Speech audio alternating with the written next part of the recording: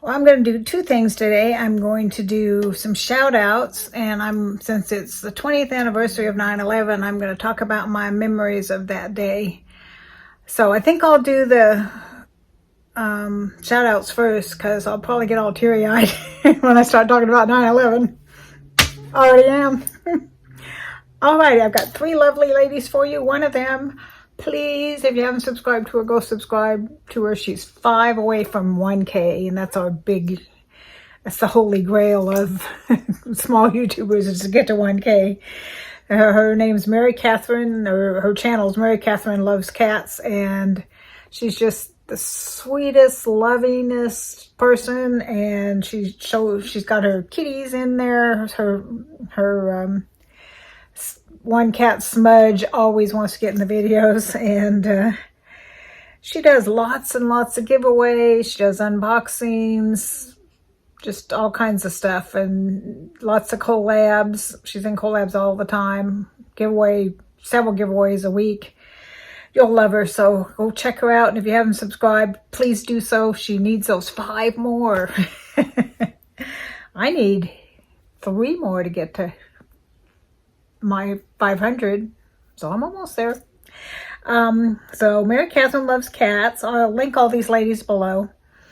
Let's see, who else do I have on here? Laurie Latimer. Laurie Latimer is really into skincare and makeup and wellness. She has a Wellness Wednesday. She does Mask Mondays. She does lots and lots of collabs and lots of giveaways. There's another one you'll just love her. Go check her out. If you haven't seen her, go see her.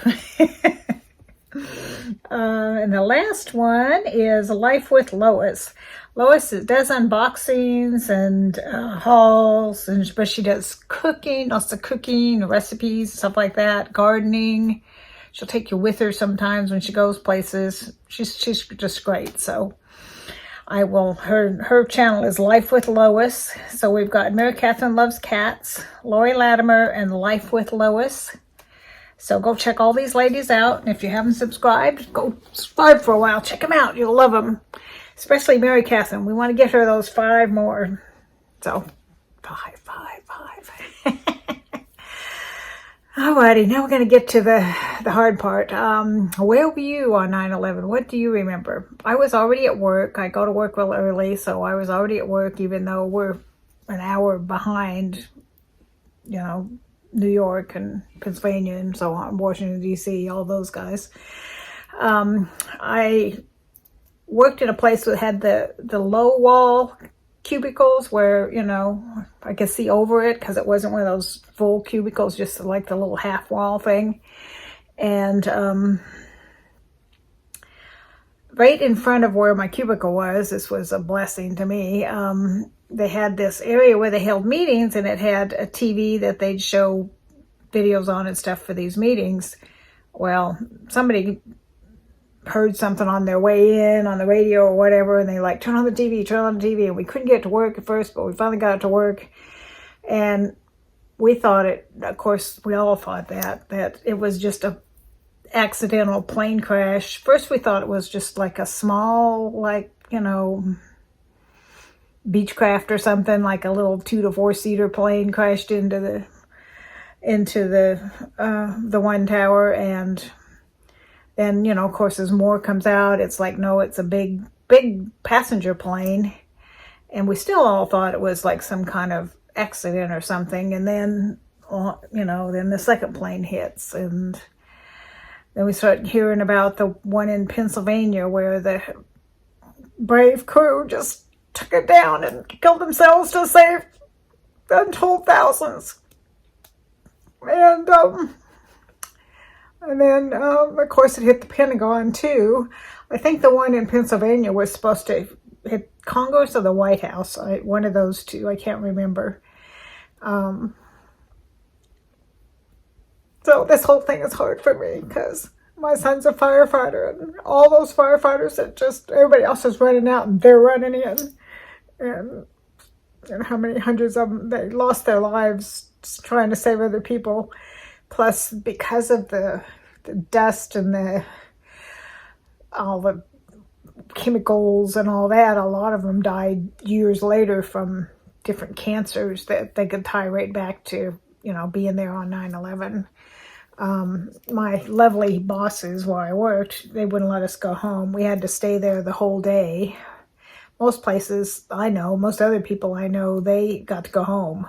But no, we had to stay at work. And I didn't even pretend to work. They had the TV on, and it was right kind of in, like maybe 10 feet in front of me. So I couldn't see real well, but I could see well enough. And I just sat there and watched the whole day. I didn't even try and work. I mean, that was ridiculous making us stay after all of that. They should have let us go home. So I just sat there at my desk and watched it, in horror the whole day. And I think they finally let us go home like 3 or 4 o'clock, like an hour or two early. And I tried to call home to see, if family knew what was going on, but everybody was doing that and you could not get through. Can you imagine if we couldn't get through out here in Texas, how it was like people in New York or Washington, D.C. or whatever, trying to get through to family. I mean, I'm sure the lines were like all tied up.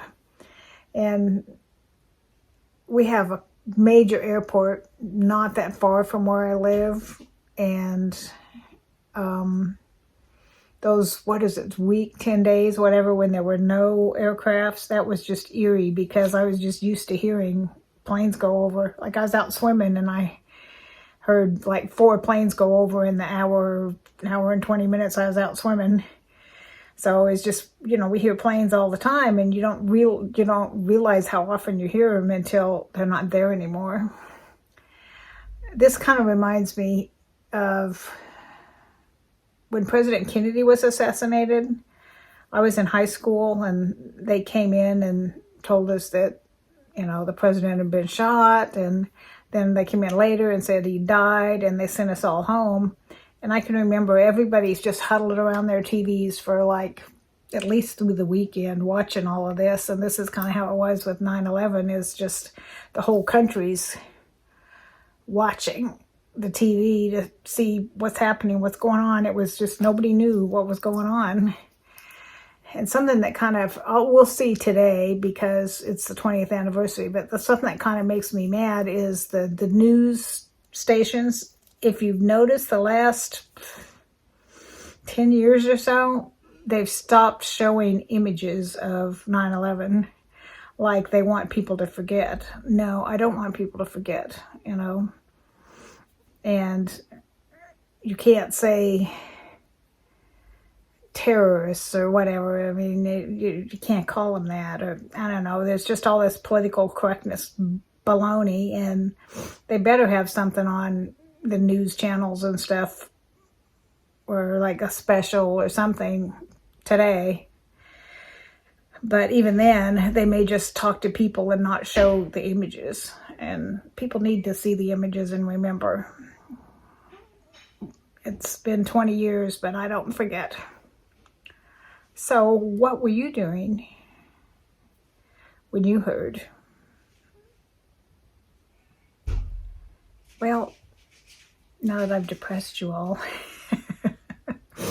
go over and visit my little friends that I told you about, and